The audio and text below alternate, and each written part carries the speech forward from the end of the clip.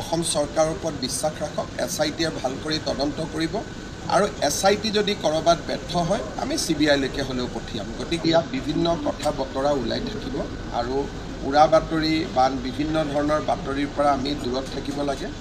আৰু শ্যামকানু মহন্ত অসমত আহিলেও আমি তেওঁক সোধপোছ কৰিব লাগিব তেওঁক মাতিব লাগিব গতিকে ই এটা আইন আৰু তদন্তৰ প্ৰক্ৰিয়াৰ মাজেৰে গোটেইটো আগবাঢ়িব সেইকাৰণে যিসকলে জুবিনক ভাল পায় তেওঁলোকক মই অনুৰোধ কৰিম যে এই গোটেই ঘটনাটোৰ পৰা আমি উৰা বাতৰি বিভিন্ন ধৰণৰ কথা বতৰাৰ মাজেৰে বিভ্ৰান্ত নিজেও হ'ব নালাগে আনকো বিভ্ৰান্ত কৰিব নালাগে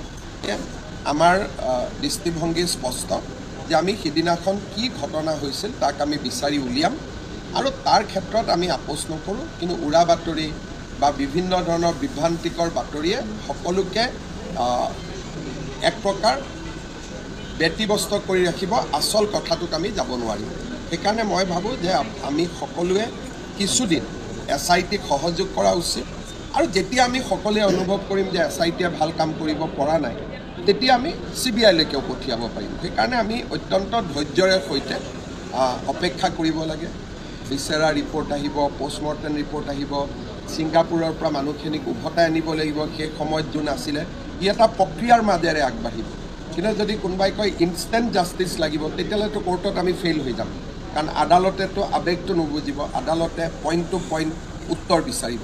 সেইকাৰণে আদালতক সন্তুষ্ট কৰিব পৰাকৈ SITয়ে কাম কৰিব লাগিব আপোনালোক সকলোৱে চৰকাৰক সহযোগিতা কৰক আমি সকলো জুবিন অনুৰাগী কোনো বেছি নহয় কোনো কম নহয় সেইকাৰণে আমাক এটা নিৰ্দিষ্ট গতিত আগবাঢ়ি যাবলৈ